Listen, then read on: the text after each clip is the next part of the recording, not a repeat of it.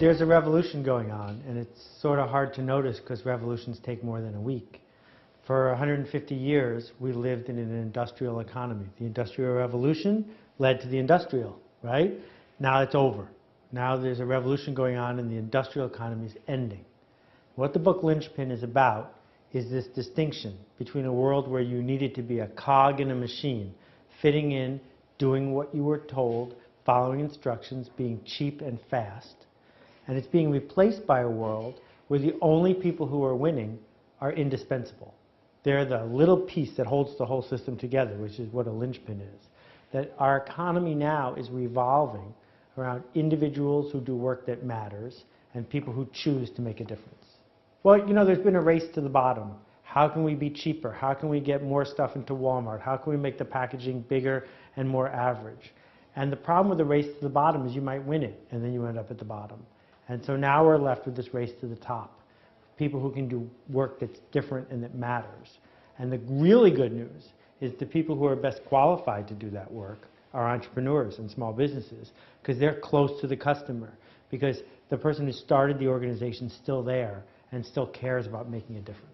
Well, see, this is all good news, because it's scared everybody else.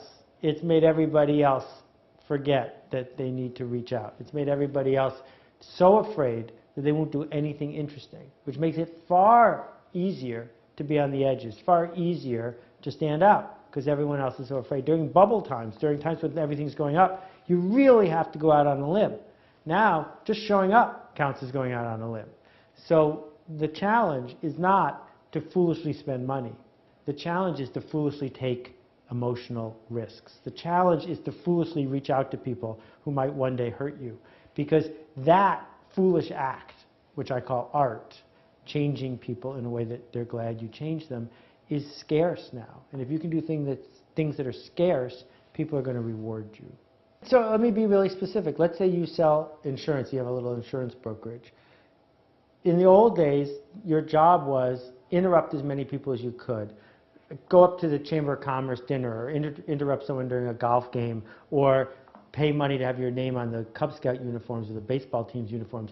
Why? So you can sell, sell, sell. I don't think that's where you are now. I think now what you do for a living is you help the community. What you do for a living is organize. What you do for a living is contribute. And your side job is to sell insurance, not the other way around.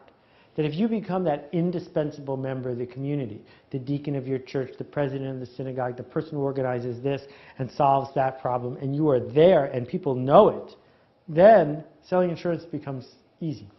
You know, the facts are facts. In the last 25 years, the number of jobs created by the Fortune 500 is 0.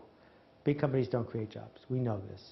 Big government doesn't pay attention to that because they're financed by big corporations. But what we know is that our future is being described and built by entrepreneurs. The challenge that entrepreneurs have, I think, is to stop looking for someone with a rule book. Stop looking for some franchise or how-to book or dummy's guide to say, send me this money, do this, you will succeed. Because that's not where growth comes from. That's being a pawn in somebody else's game.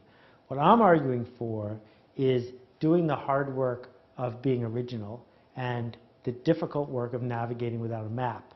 Because if you do that, that is when you earn money and when you've created value. No one ever got rewarded for something they were thinking about. No one ever got noticed for something they'd written down in a little book and put away. That the challenge that the lizard brain presents you, the challenge of our economy today, is, did you ship? Did you get it out the door? Did you put it in front of people to criticize? Did you extend yourself into the market? And if there's something you've been thinking about, I don't care. But if there's something you're shipping, then I'm applauding you.